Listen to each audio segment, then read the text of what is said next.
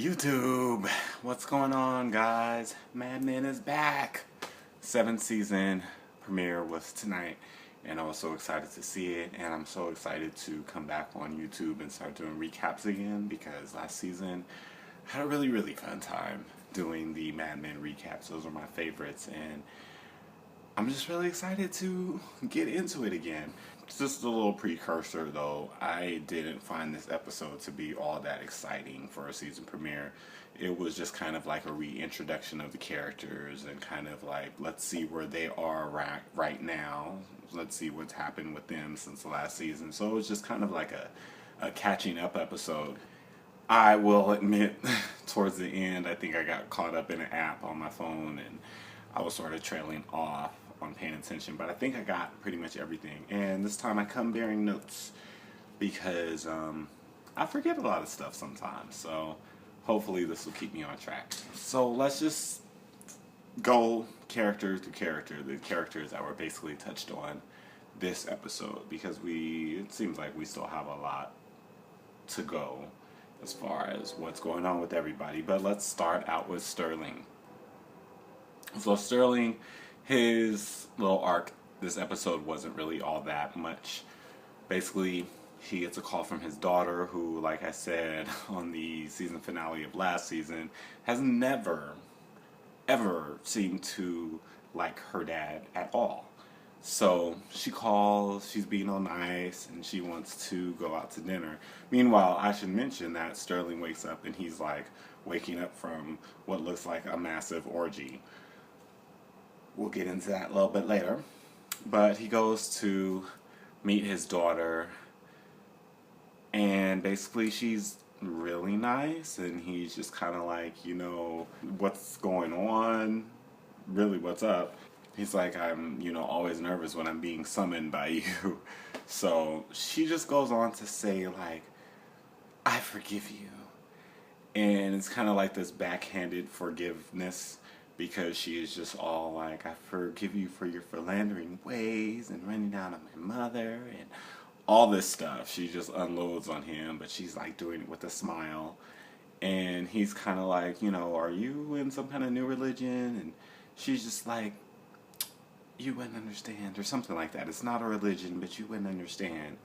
So I wonder if that's going to be something that's touched on a little bit more. I'm sure it is, because like I said, I don't remember a time in this entire show where she was nice to him. So this is weird, but I'm interested to see where it goes. So basically Sterling goes back home, and yeah, he's dating like this hippie chick, or maybe dating, or I don't know what's going on, but he has a relationship with this sort of hippie chick, and who is into free love, because apparently, like, when he comes back to the place, there's another guy sleeping in the bed, and Sterling is okay with it. And the daughter did say something about his alternative lifestyle, or his alternative situation that he's in now. So that was interesting. We need to get a little bit more into that. But like, is Sterling turning into a hippie or something right now? That's the question. As far as Joan, because, Sterling and Joan are sort of connected, Joan is pretty much the same, but basically Henny Cosgrove calls her into his office, and it's just like, what, they want me to talk to this person at this shoe line, and I'm head of accounts now, and I can't meet with them because it's going to make me look lower than I actually am. So I need you to go. And she's really excited to go, even though, Cosgrove has had it, with all the shit that happened to him last season. He's just mean and bitter and has no time for anything anymore. So, he hands it to her. She takes it. She goes to meet with the, I should have wrote that down, but the head of accounts or something of the shoe line, and it's freaking Travis from Cougar Town. I don't know if you guys watch Cougar Town, but when I saw him, I was like, hey, it's Travis. He doesn't want to really talk to her. he's saying that he really wants to talk to Kenny Cosgrove and he doesn't want to give her too many details, but she probes. She, knows how business works at this point, at this juncture. And he's basically saying that, we're probably going to do our advertising in-house because he feels like the advertising portion isn't really all that important for their company and that they're just going to do the advertising in-house. And, Joan doesn't want to go back and say, oh, they, decided not to go with us because it's going to make her look like a failure. So she's like, you know what? Wait a week before you make your official decision and I can get you the lunch that you thought you were going to have. So basically, like, leading him on saying, like, you can meet with Cosgrove after a week, but just don't make any moves.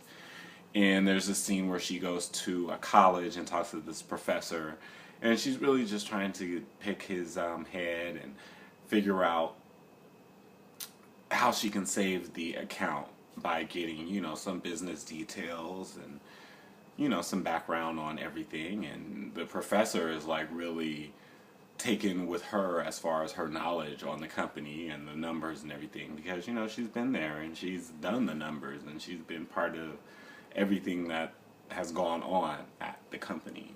So she finds out that the head of the business is going to come meet, and she calls Travis, which I'm just going to call him Travis because he's Travis from Cougar Town, okay?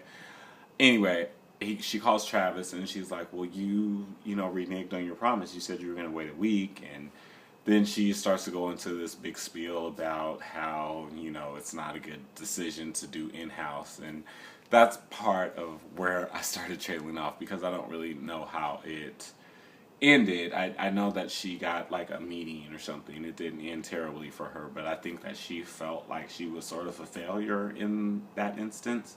But sorry, I was on that app. I was tapping that app, so I'm sorry. But yeah, Joan is, moving up in the business world, and that'll be interesting to see how she navigates, really taking meetings and stuff. She did mention the Avon account that she got last season, and so, I think that people might start taking her seriously as an ad girl. So I thought that was really, really a cute little story. Now Peggy, pathetic Peggy, who I basically lost all respect for her last season, but she is in a weird place, it seems. I was trying to really figure out her story, but basically there's this guy, Lou, who I guess is taken over for Don Draper, and she reports to him, and, she's trying to sell him on this idea for this Accutron, which was something that Freddie was pitching at the very beginning of the episode to Peggy. Just this idea about time for a conversation or something. I think it's a watch, but I didn't really pay attention to the opening. I was too busy Instagramming, Mad Men is back on, Mad Men in 15 minutes, Mad Men right now. So I missed a little bit, but basically it's an ad, okay? And she's trying to get Lou to go with her idea. He is sort of boring and not somebody that seems to really take any of this seriously, and definitely not Peggy. Peggy is at this weird place where she's just not taken seriously, and I think she feels like she's back at square one at the company, and she's really trying to convince him that her idea is best. And she talks to Stan, and Stan is just like, that's not a good idea to tell your boss, just let it go, there'll be another time. But Peggy is also, still landlord of that apartment that she bought or whatever, and she has that frustration, and then she's still sort of hung up on Ted, who ends up coming back to the New York office for a minute, and they have this awkward sort of moment where she's like getting coffee and he happens to be there making toast, and I think it probably just brought the feelings back up. She actually sees him when she's doing at a meeting or whatever through the glass, and she gets all sad. So at the end of the episode, she just got home and just totally broke down crying. And it's sad, but it's a good way to set up her character because, you know, it's like sort of this, started from the bottom, now we up. Started from the bottom, now the whole team, yeah, nigga. Where, you know, with Ted around and Dawn, who knows her, she had a lot of power and they really took her seriously, and at least Ted really believed in her. I think Dawn believes in her as well. And she's under this guy that doesn't know her and doesn't know her full potential and doesn't take her seriously. So I feel like she feels like she's back at square one and is going to think of a way to blossom on her own, basically. And that's always a good thing. Do it independent, baby. So then the rest of this is basically Don Draper. Don is no longer with the ad company. If you guys noticed, Joan was taking meetings and she was saying SC and P. There's no D in there. So yeah, he goes out to LA and they have this very, if you guys have seen Jackie Brown, right? That part where he's on the sort of motorized, what do they call those things? The little sort of escalators, but they're flat. And, you know, he has the tiles, the colored tiles behind him. That's totally from Jackie Brown. I'm gonna just say that real quick. Anyway, he goes out and he meets with Megan. And Megan is still with him. They're still married. But there is this palpable distance between the two. I'll get into that a little bit later. But yeah, Megan is doing it. She has this agent or producer, Alan Silver. I was trying to think if that was actually a real life bigwig in Hollywood, because it sounds like it, right? Alan Silver. But basically he has a lunch meeting with Megan and Don, and he basically tells her that she got a call back for some TV show, and she's like really super excited about it. It's on NBC, and yeah, so she is doing it in LA, and I'm not happy that she's still with Don, but I'm happy that she at least went to LA and got her acting career going, because if you remember just a couple of seasons ago, that was her dream, and she was, you know, scared to even pursue it, and people were telling her that she sucked and she wasn't getting auditions and all this stuff. So it's nice to see that she is able to fulfill her dream and she's being a success at it. And again, she's not a real person, but I just like her struggle and everything to become an actress has been a nice arc for me, and I'm really, really proud of her. You know, she has a place sort of in the hills, and you know, it's small, it's cute, it's perfect for her, and yeah, there's a major distance between them. They don't really communicate, but did they really ever? And, you know, they don't kiss, the sex is sort of distant and awkward, you know, so they're not at a good place. And he even says at the end of the episode, you know, she knows I'm not a good husband. Or she knows I'm a terrible husband is what he actually says.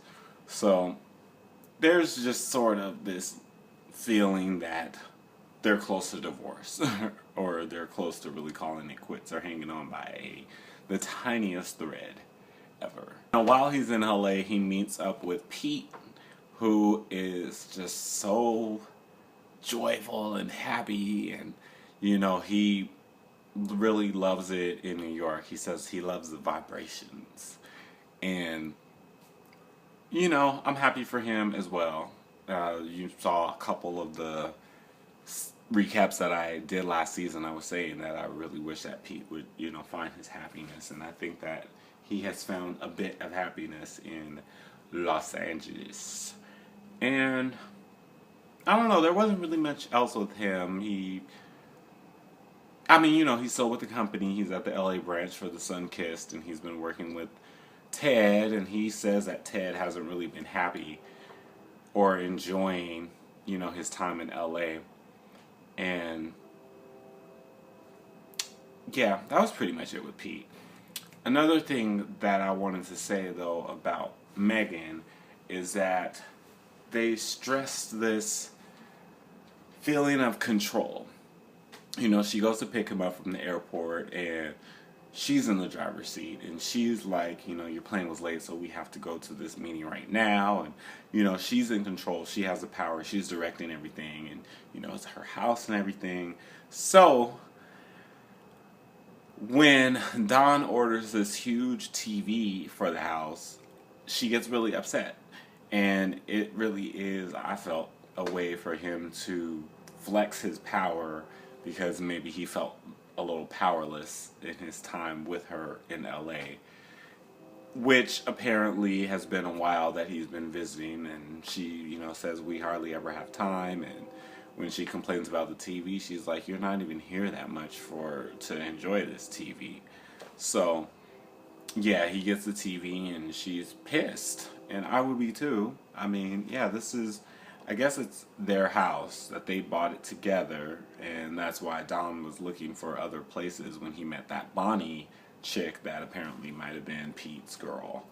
But yeah, she gets pissed, and they just have an awkward moment right before they're laying in bed, and she's asking how long he can stay, and he can't stay that long, and you know, it's just a broken relationship basically. So Don gets back to New York. He's in his apartment, and he meets up with Freddie. And Freddie basically exposes to us, the viewer, that he's been sort of going around pitching things to different companies, to different ad agencies, freelance, but they're really Don's ideas, and this is a way for them to find sort of an in at another company, because Don really wants to work for another company.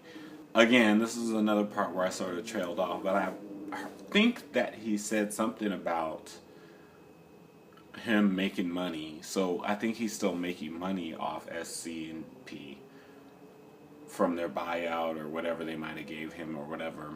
But yeah, it looks like Don is looking for another agency and maybe trying to build one of his own or something like that. I don't know. But it ended with Don going out on his balcony when it's freezing cold, and him just sitting out there cold. And I thought that for a second that he was going to attempt suicide or something like that. But yeah, he just sat out on the balcony cold. So Don's not happy. Megan's not really happy with her marriage, but she's happy in her life. Pete is pretty happy, it seems like. Peggy's not happy. Joan is happy. Sterling seems in the middle, trying to find his happiness. And the rest is the rest. Yeah, like I said, this was kind of like an intro episode or a Where Are They Now episode. So, you know, the show will get the ball rolling soon. Last season, I remember the first couple episodes being a little bit slow as well. So, you know, let's get to the third episode and we'll be back. But for now, it was a good introduction to enter into season 7. And like I said, I'm, really excited to start reviewing this again. Whatever time this is up is probably the time that it'll be up every week, okay? Until I get some Wi-Fi situation going on. But like this video, please leave comments, please subscribe to my channel, and you can share it if you want to. Whatever. Anyway, Madman's back. Yay!